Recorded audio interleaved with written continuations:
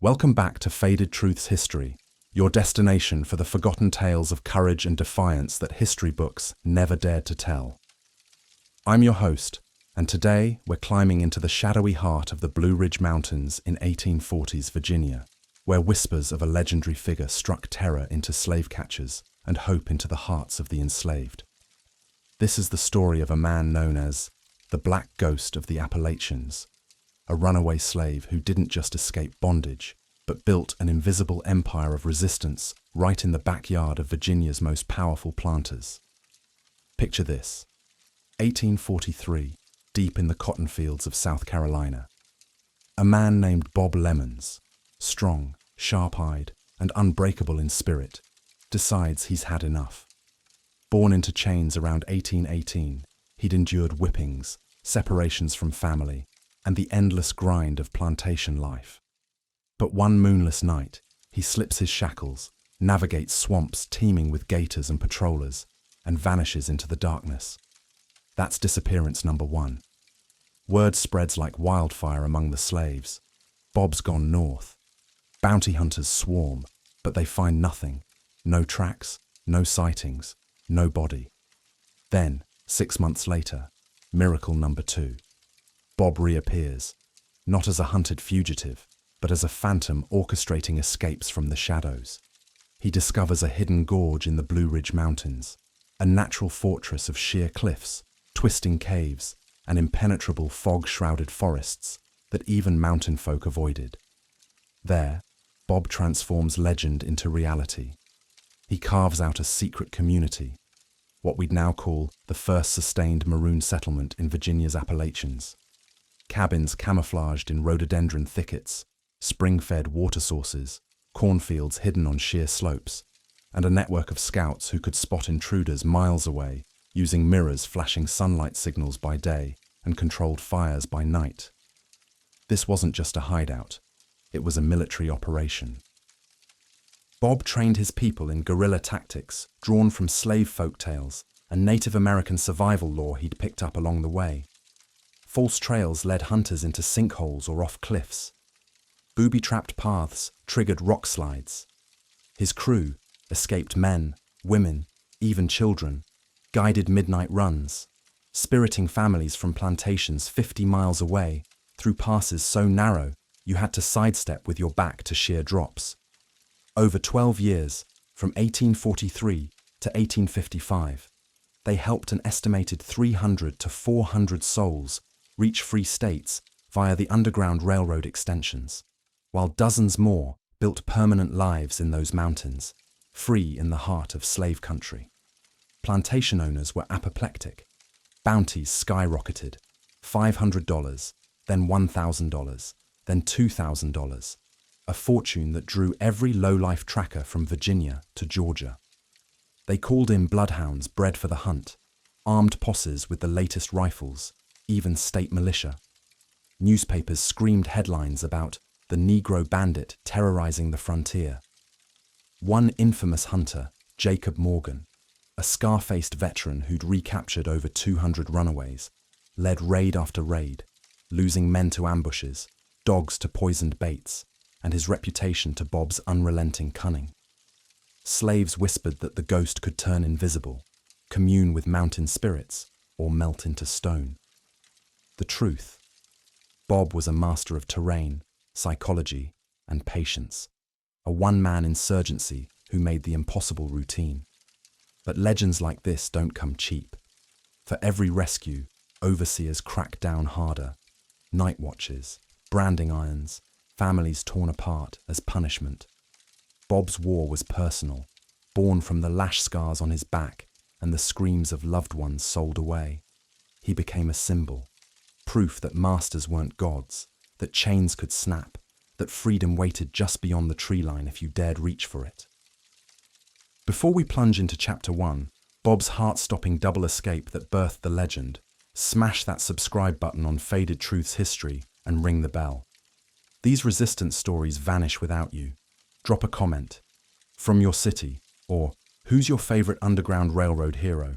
And like if Tales of Defiance fire you up, let's hit 10,000 views on this one. Now step into 1843 South Carolina, the air thick with cotton dust and desperation. One man's decision to run ignites a mountain rebellion that shakes the South to its core. This is the Black Ghost of the Appalachians, and his fight was just beginning. Chapter 1. The Man Who Disappeared Twice. Imagine the summer of 1843 in the sweltering low country of South Carolina. The air hangs heavy with the stench of swamp water, cotton dust, and human sweat. Dawn hasn't even broken yet, but the slaves on the Hawthorne plantation are already being roused by the crack of Marcus Hawthorne's bullwhip. This isn't just any plantation. It's 2,000 acres of prime cotton land owned by one of the wealthiest planters in the state, a man whose fortune was built on the broken backs of 150 souls, like Bob Lemon's.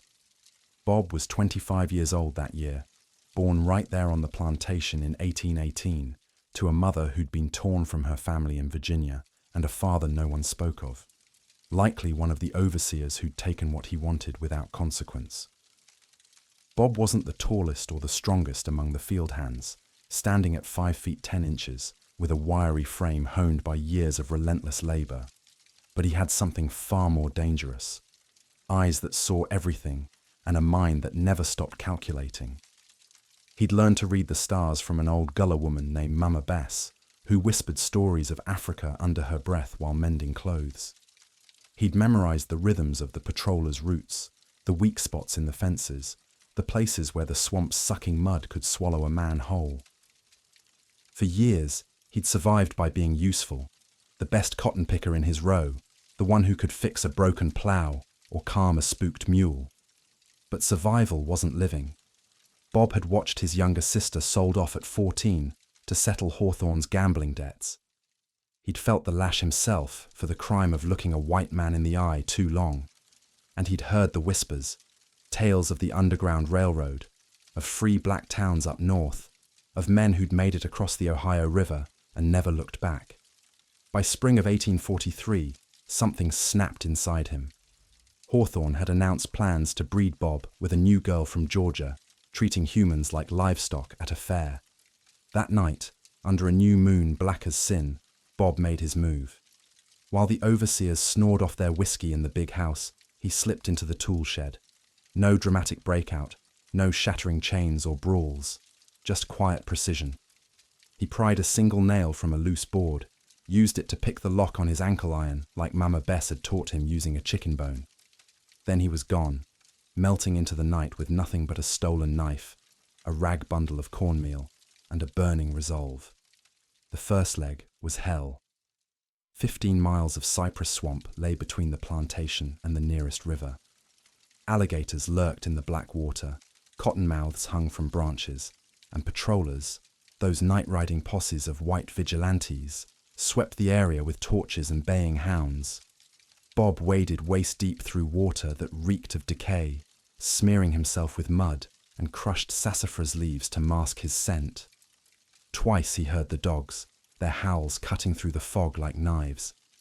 Twice he climbed into the highest oak, holding his breath as they passed within yards, noses twitching futilely at the herbal camouflage. By dawn on the third day, feverish and covered in mosquito bites the size of quarters, he reached the PD River. Stole a flatboat from a dozing fisherman, paddled north through the current, and vanished into the coastal haze. Hawthorne woke to find his prize hand gone, and unleashed holy hell. The manhunt was massive. Hawthorne offered $200 reward, a small fortune, and word spread through every tavern from Charleston to Columbia. Slave catchers poured in, grizzled professionals like Big Jim Callahan, who bragged of 50 recaptures strung across his saddle like trophies. They dragged the swamps, questioned terrified slaves under threat of the lash, even sent riders to ports in case Bob had stowed away on a ship. Placards went up. Runaway Negro, 25 years old, scar on left cheek from whip, $200 reward, dead or alive. For 6 months, the South Carolina low country buzzed with sightings, a shadow in the marshes here, a broken branch there. But Bob was a ghost. He'd linked up with a Gullah network of free black fishermen who ferried runaways up the coast in oyster boats, dodging patrols under cover of storms. By winter, the trail went cold. Hawthorne fumed, doubled the plantation's night watches, and declared Bob probably eaten by gators. Slaves whispered his name like a prayer, but Bob wasn't done disappearing. 6 months after his escape, March 1844, he surfaced in the worst possible way. Near the Virginia-North Carolina border, exhausted and half-starved after pushing north on foot, he made a fatal mistake, trusting the wrong face. A seemingly friendly innkeeper in Danville, Virginia, drugged his ale and sold him out for $300 to a posse led by none other than Jacob Morgan, the most notorious slave catcher this side of the Mason-Dixon. Morgan was a mountain of a man, 6 feet 4 inches, scarred from head to toe, with a pack of Russian wolfhounds that could track a flea through a hurricane. He'd recaptured over 200 runaways, earning a fearsome reputation from Richmond to Raleigh. "Got your ghost," Morgan telegraphed Hawthorne triumphantly, chaining Bob in iron manacles and leg shackles, parading him through town like a trophy. Word raced south. Hawthorne saddled his best horse and rode north with $500 in gold, ready to reclaim his property and make an example. The return journey was a spectacle. Bob locked in a cage wagon, surrounded by 8 armed riders, Morgan cracking jokes about stringing him up if he tried anything. Crowds gathered at crossroads, jeering. Slaves watched from fields, eyes burning with impotent rage. Bob sat silent, head bowed, playing the broken man. But inside, his mind was a whirlwind. He'd spotted weaknesses during the 2-day ride. Morgan's men drinking too much, the wagon's rear axle rattling suspiciously, the lead horse favouring its left foreleg. And at the rear of the posse rode a young black driver named Silas, one of Morgan's trusted recaptured slaves promised freedom after 5 years of service. Silas's eyes met Bob's once, twice.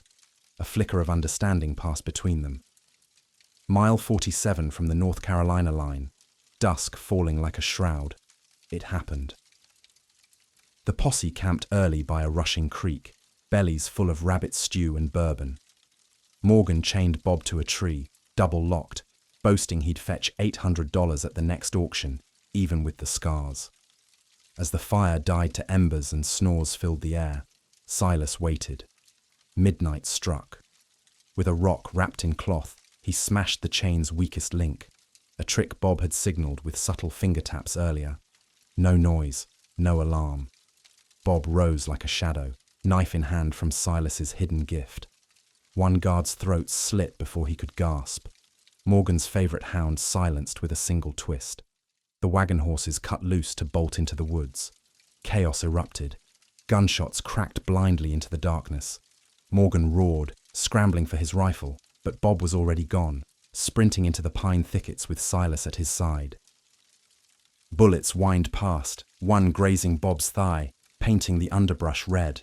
They split at dawn, Silas south to Kin, Bob north into the foothills. Morgan raged for weeks, losing 2 more men to ambushes by local free blacks enraged at the violation. Hawthorne arrived to an empty camp and a humiliating placard Silas had nailed to a tree. "Ghost lives, chase your own tail." Bob's double disappearance electrified the enslaved South. From South Carolina to Virginia, his name became legend. The man who'd outfoxed the swamps, then the chains, then the devil himself. Plantation owners slept uneasily. Slaves worked with new fire in their eyes. And up in the Blue Ridge Mountains, Bob found his true calling. Not just survival, but revolution. Chapter 2. Fortress in the Mountains. Bob Lemons didn't stop running until the Blue Ridge Mountains swallowed him whole.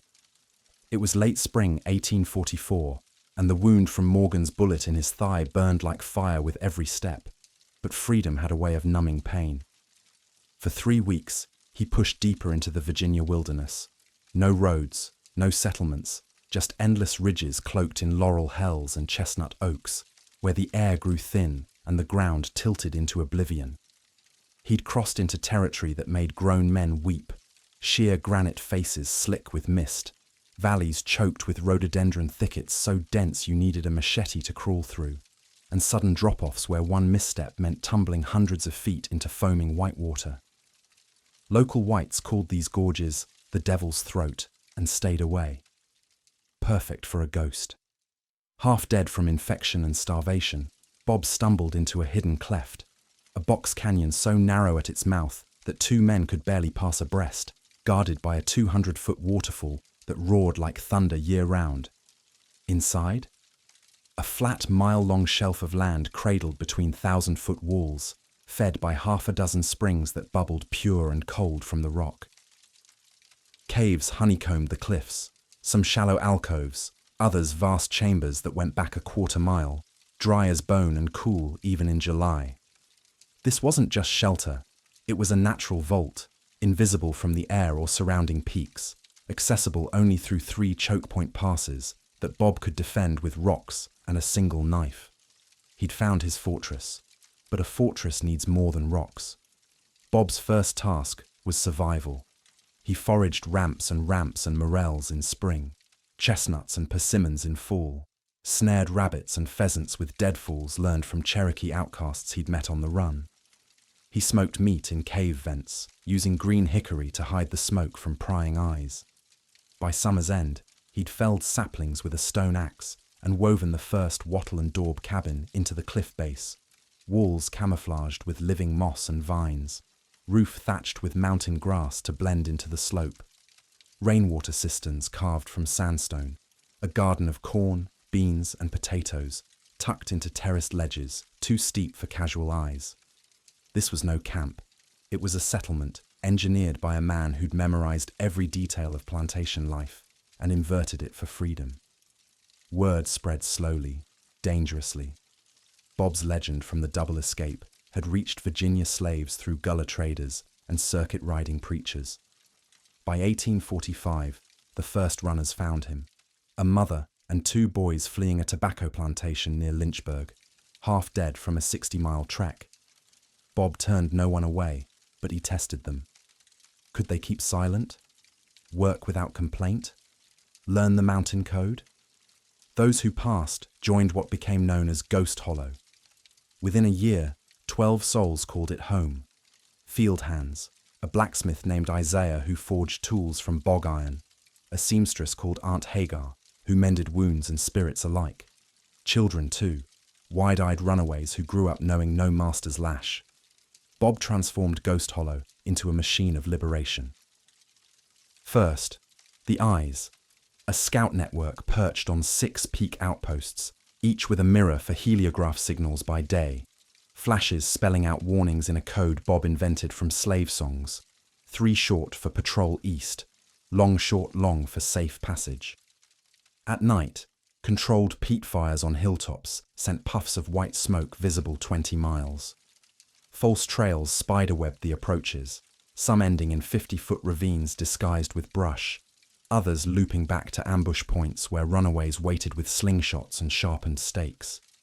Booby traps everywhere, log deadfalls triggered by tripvines, mud pits seeded with wasp nests, rock slides primed above narrow passes. Bob drilled his people relentlessly. Mountains fight for us if we know how to ask. The crowning achievement, the trails.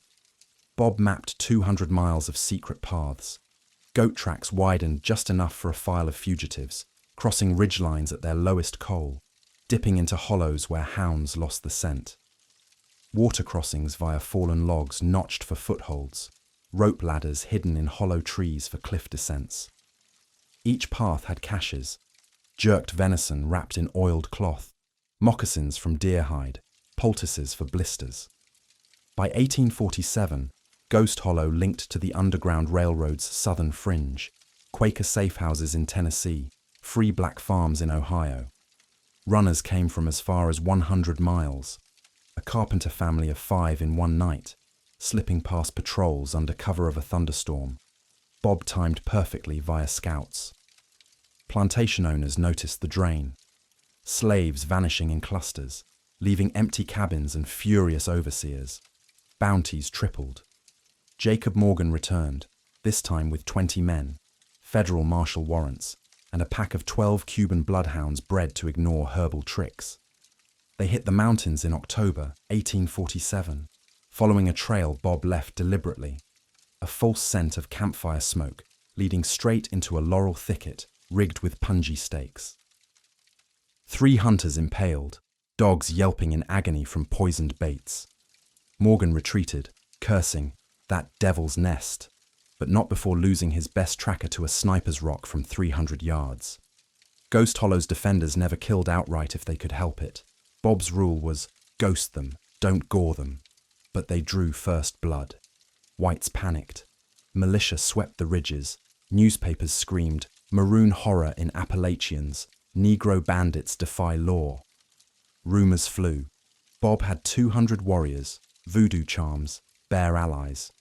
A posse of 50 from 5 counties cornered what they thought was Ghost Hollow in 1848, only to find an empty cave stacked with dry leaves and a mocking sign, "Ghosts don't live here anymore."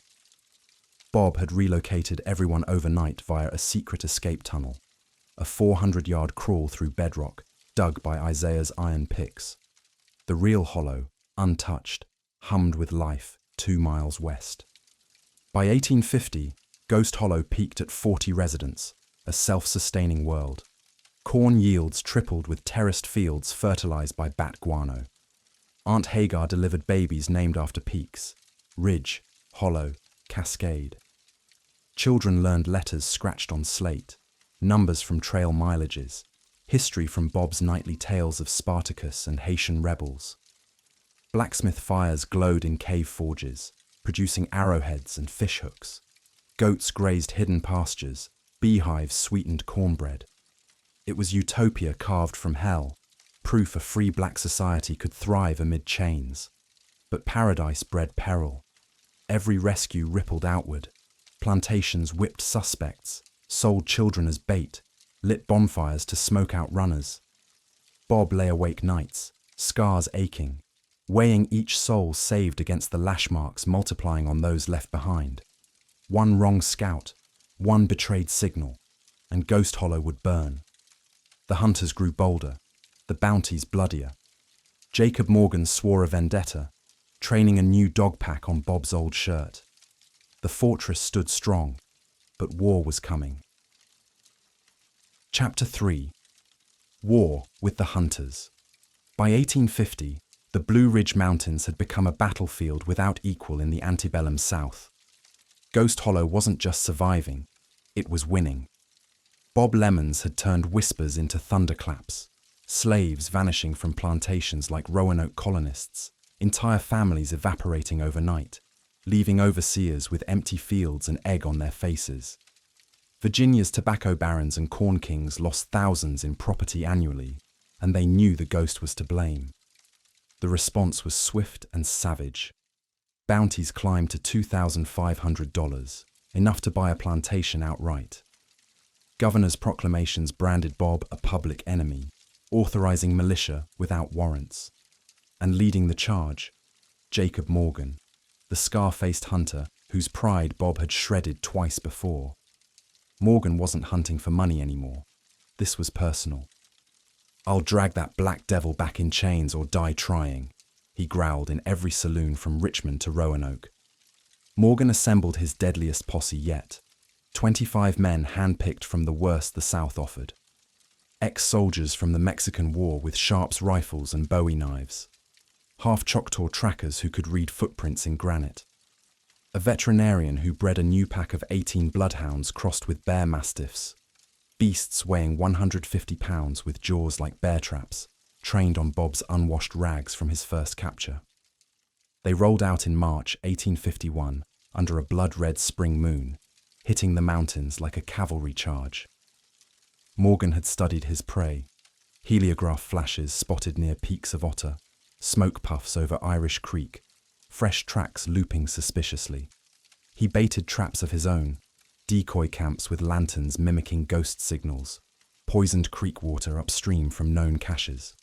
For 2 weeks they prowled, silent as death, closing the noose. Bob saw them coming.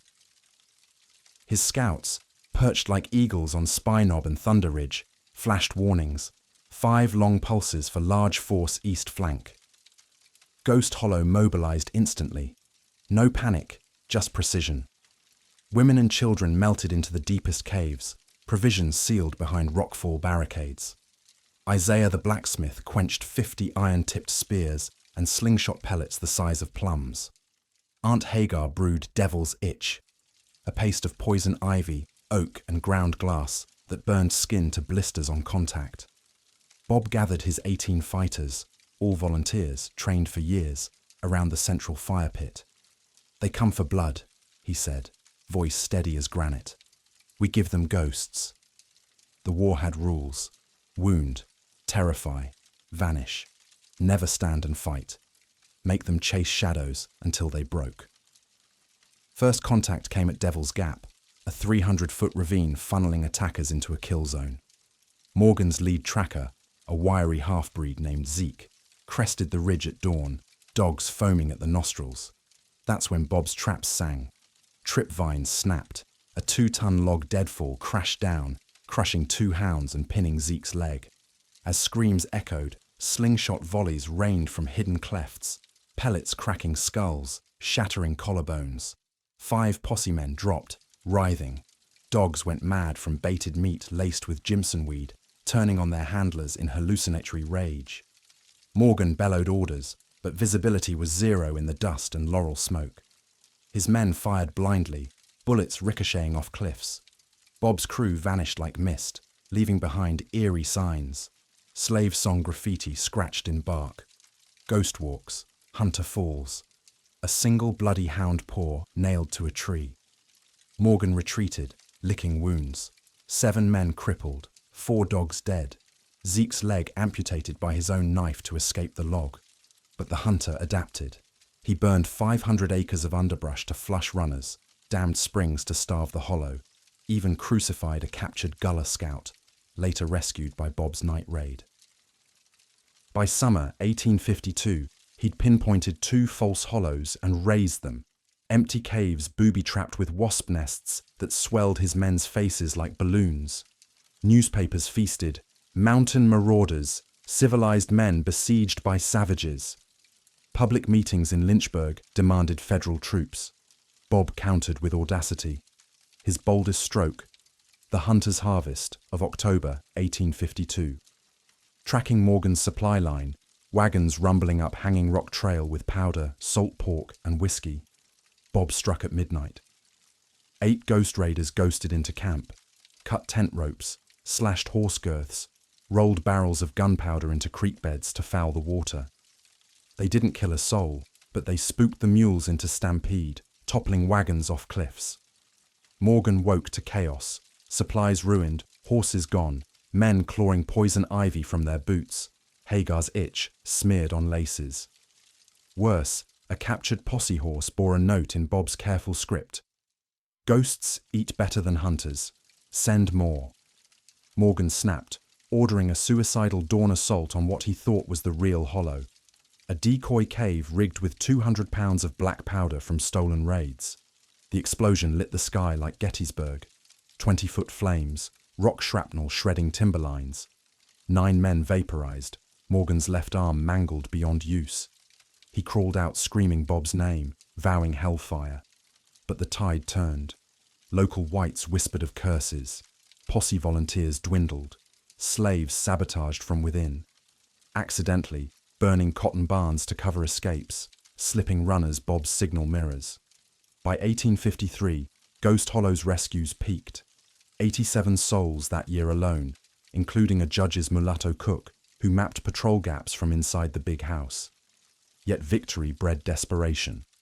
Morgan, now one-armed and rabid, allied with federal marshals and a Richmond-based slave patrol syndicate. 100 men with telescopes, carrier pigeons, even early hot air balloon spotters.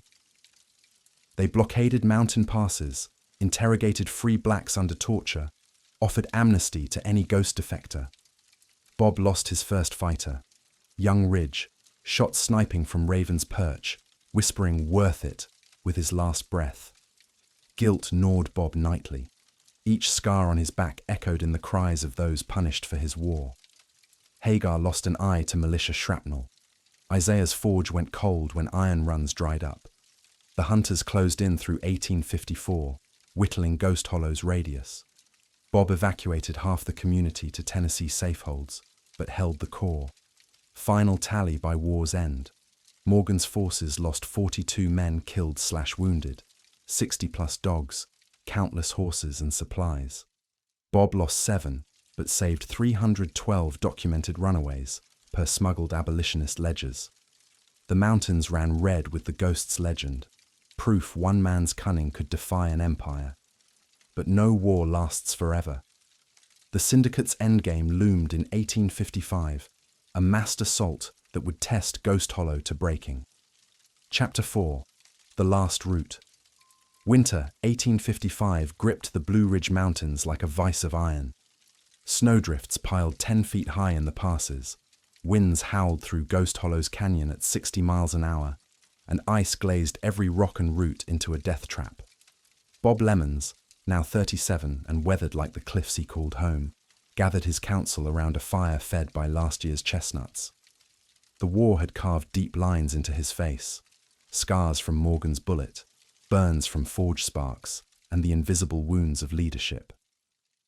Ghost Hollow stood at 28 souls, fighters lean and lethal, women weaving signal flags from nettle fiber, children who could mimic owl calls to perfection. They'd bloodied the hunters, saved 312 lives, turned legend into nightmare. But the noose tightened. Jacob Morgan's Slave Patrol Syndicate, now 120 men strong, backed by Richmond financiers and U.S. Marshals, had choked every approach. No supplies in 3 weeks, goats slaughtered, corn reserves down to seed. Bob knew, one final push, or they all died slow. This wasn't retreat. It was revolution's crescendo, Operation Last Route. Bob's masterstroke, a synchronized mass exodus of 47 slaves from 5 plantations across 150 miles, the largest single underground railroad action in Virginia history.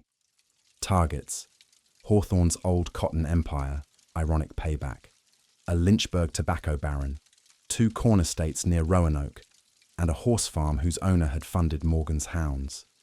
Timing hinged on the thaw, March full moon, when swollen rivers masked scents and mud slowed posies. Bob's network hummed, gullah runners carrying ciphered song lyrics, swing low, 47 strong, inside cooks spiking overseer whiskey, field hands accidentally cutting fence wire under starlight. Planning spanned months, sketched on cave walls with charcoal. 5 extraction teams, each led by a ghost veteran. Isaiah for Hawthorne, Heavy Iron for Locks, Aunt Hagar for Lynchburg, her poultices for blisters, Young Cascade, Ridge's sister, knife sharp at 16, for Roanoke.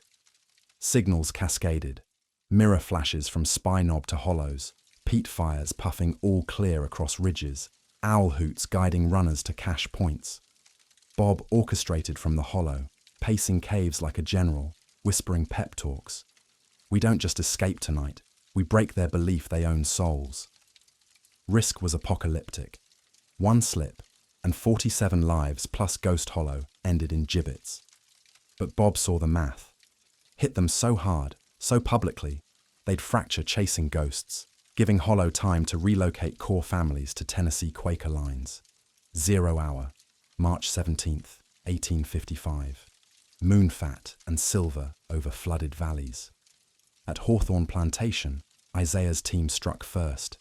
Midnight, as snowmelt roared, 12 field hands, signaled by a barn fire accident, bolted for the swamp path Bob had walked 12 years prior. Isaiah smashed leg irons with a sledge hidden in cotton bales, herding them through alligator waters to a gullah skiff relay. Simultaneous at Lynchburg, Hagar's group of 9, including 3 children, slipped past snoring guards drugged with nightshade tea, navigating 40 miles of briar-choked hollows to a rope bridge over Otter Creek. Cascade's Roanoke crew freed 14 from tobacco barns, using stolen mule teams to ford chest-deep rapids.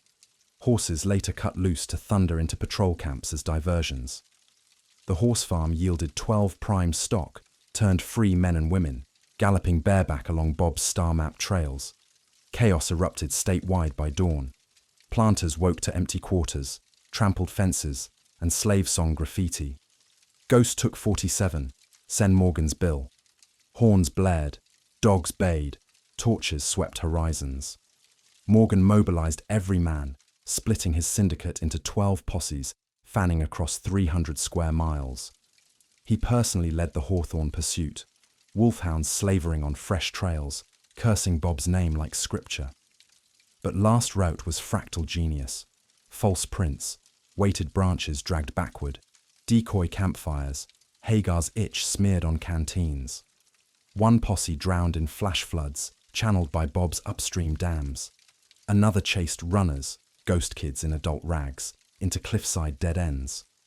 Morgan's elite tracker unit cornered 8 escapees near Hanging Rock, only to trigger a 500-foot boulder cascade, burying 4 hunters and scattering dogs.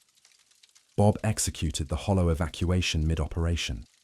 Under cover of Morgan's distraction, 28 ghosts melted out via the bedrock tunnel, hauling children on deer-hide travois, elders on stretchers. Bob brought up the rear, torching non-essentials, false ledgers, signal mirrors, Isaiah's forge, in a blaze visible from Roanoke. By noon, March 18th, the 47 merged with hollow survivors at Exodus Point, a high meadow where Bob had pre-positioned 20 cached ponies and 2 weeks' rations. Head count, 45 souls. 2 Roanoke elders succumbed to cold. Tears mixed with cheers as Bob lit the victory signal. 3 towering pillars of white smoke spelling "free" in abolitionist code. Morgan arrived at the smouldering hollow 2 days later, one-armed fury reduced to ash. He poured through ruins, finding only a final taunt. Bob's old shackle nail, bent into a ghost silhouette, pinned to charred wood with the inscription, "Chains break, mountains endure." The syndicate splintered, financiers bankrupted, marshals recalled, posses deserting amid curse whispers. Virginia passed draconian ghost laws, curfews, informant bounties, militia outposts, but too late. Bob's 45 pressed north, Ohio Quakers ferrying them across swollen rivers, free black enclaves in Cincinnati giving new names, new lives. Bob vanished one last time.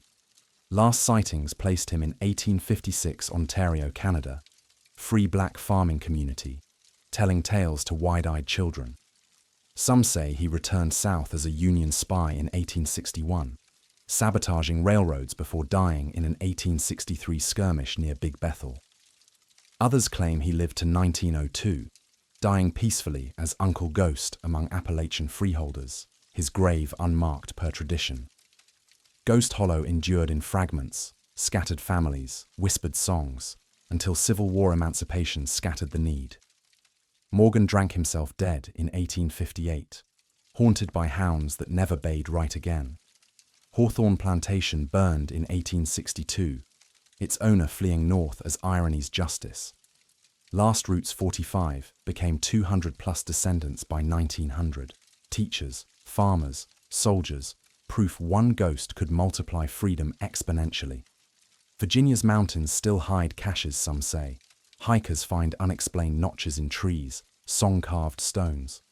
Bob Lemons didn't topple slavery single-handed, but he shattered its myth of invincibility. In an era when chains defined men, he proved cunning outlasted iron. Outro. That's the saga of the Black Ghost of the Appalachians, from double escape to mountain fortress, guerrilla war, and history's boldest breakout. What chapter hit hardest? Smash like if resistance stories fuel you, subscribe to Faded Truths History for more unearthed legends, and comment your city plus ghost lives. Check description for sources drawing from Appalachian Maroon folklore, Underground Railroad archives, and oral histories. Freedom's ghosts, thank you for listening. See you in the shadows.